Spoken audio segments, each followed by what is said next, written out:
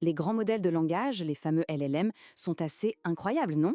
Ils peuvent écrire de la poésie, nous résumer des articles super complexes et tenir une conversation avec une fluidité franchement déconcertante. Et pourtant, ces mêmes systèmes peuvent se planter sur des problèmes de logique qu'un enfant de primaire pourrait résoudre. Alors comment une technologie aussi avancée peut-elle être à la fois si brillante et parfois complètement à côté de la plaque? C'est ça le paradoxe du perroquet éloquent et aujourd'hui, on va le décortiquer ensemble.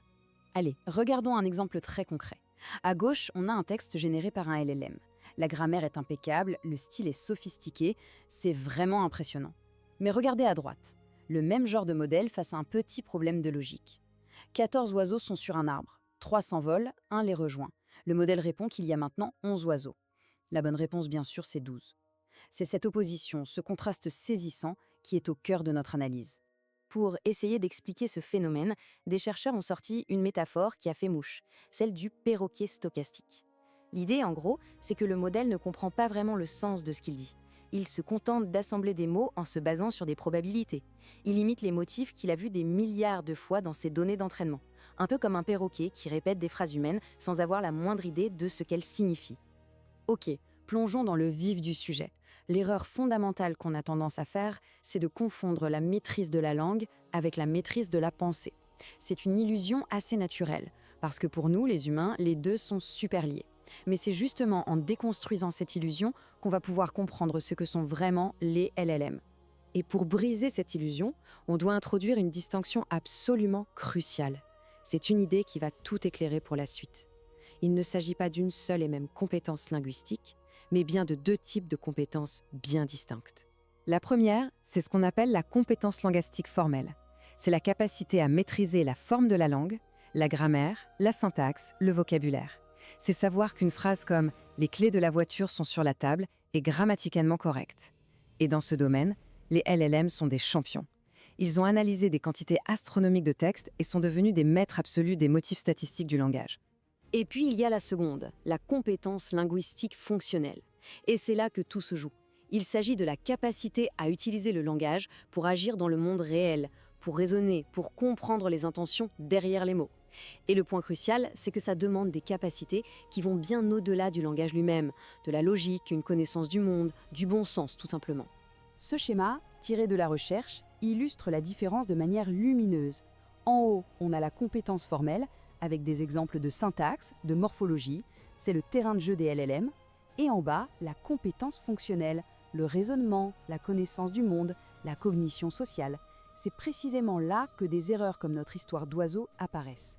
Maintenant, ce qui est vraiment fascinant, c'est que cette distinction, ce n'est pas juste une théorie pour l'IA. Non, elle est profondément ancrée dans la façon même dont notre propre cerveau est câblé. Les neurosciences nous le montrent très clairement, le cerveau humain possède des systèmes distincts pour traiter le langage et pour gérer d'autres tâches cognitives comme le raisonnement ou la planification. Il y a une véritable base biologique à cette séparation entre la forme et la fonction. Pour être plus précis, on a d'un côté un réseau du langage qui s'active pour la syntaxe, la sémantique, ce qui correspond à la compétence formelle. Et de l'autre, on a un réseau à demandes multiples qui, lui, s'occupe de la logique, de la résolution de problèmes, des tâches complexes. Ces deux réseaux sont bien distincts. D'ailleurs, les études sur des patients atteints d'aphasie, qui perdent l'usage de la parole mais pas leur capacité de penser, le confirment de manière assez frappante. Alors, en sachant tout ça, des chercheurs ont eu une idée de génie. Et si on comparait en direct l'activité d'un LLM et celle d'un cerveau humain pendant qu'ils lisent exactement le même texte?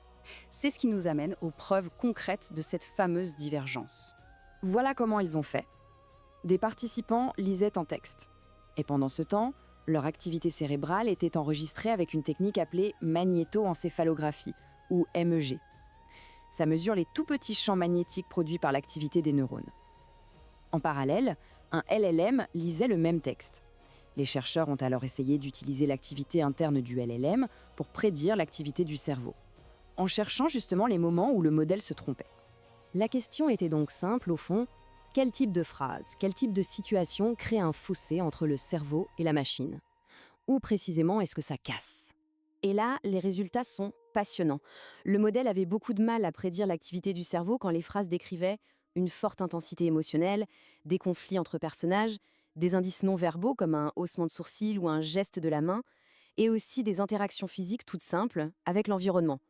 En fait, tous ces échecs se regroupent en deux grandes catégories qui devraient nous sembler familières maintenant. Premièrement, l'intelligence sociale et émotionnelle. Et deuxièmement, le bon sens physique. Ce sont précisément les domaines qui relèvent de la compétence fonctionnelle et pas seulement de la forme pure du langage. Pour être bien sûr de leur coup, les chercheurs ont ensuite montré ces phrases divergentes à d'autres participants humains. Et comme le montre bien ce graphique, les gens ont massivement associé ces phrases à des thèmes comme l'émotion, l'interaction sociale et le conflit, ce qui vient totalement confirmer l'analyse. Et si on met côte à côte les images de l'activité cérébrale et notre perroquet, l'image devient limpide. Les zones chaudes sur le scan du cerveau, ce sont les moments où le cerveau traite une info sociale ou physique que le modèle, notre perroquet stochastique, est incapable de saisir. Il sait quels mots utiliser, mais il ne sait pas ce qu'ils représentent dans le monde réel. Bon, d'accord, le constat est fait. Mais alors, qu'est-ce qu'on fait de cette découverte? Si les LLM sont des experts de la forme, mais pas de la fonction, comment on fait pour construire des IA qui comprennent vraiment? Ça nous amène à la dernière partie de notre analyse. Quel avenir pour l'architecture de l'IA? Une autre équipe de recherche a résumé ce défi avec une phrase qui claque: «La bouche n'est pas le cerveau». L'idée, c'est d'arrêter de concevoir des systèmes monolithiques où tout est mélangé et de commencer à séparer explicitement la capacité de parler, la bouche, de la capacité de modéliser le monde, le cerveau. Concrètement, ça veut dire construire des systèmes modulaires. D'un côté, on aurait un modèle de langage, expert en compétences formelles, et de l'autre, un modèle du monde qui, lui, gérerait la logique, la physique, les relations sociales, bref, la compétence fonctionnelle.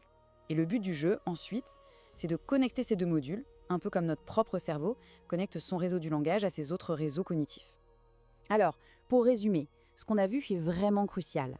La fluidité verbale ne doit jamais être confondue avec une réelle compréhension. Cet écart entre la forme et la fonction dans l'IA, il fait écho à une séparation qui existe déjà dans notre propre cerveau. Les LMs actuels sont de brillants perroquets, c'est vrai, mais il leur manque une connaissance du monde réel. Et l'avenir, ce n'est peut-être pas de rendre le perroquet toujours plus gros, mais plutôt de lui donner enfin un cerveau. Tout ça nous laisse avec une question fondamentale. Si se contenter de grossir les modèles et de les inonder de toujours plus de textes n'est pas la solution pour arriver à une véritable compréhension, alors, quelle est la prochaine étape? Comment on conçoit et on construit des machines qui ne se contentent pas de parler du monde, mais qui le comprennent vraiment? C'est sans doute le plus grand défi pour la prochaine génération d'intelligence artificielle.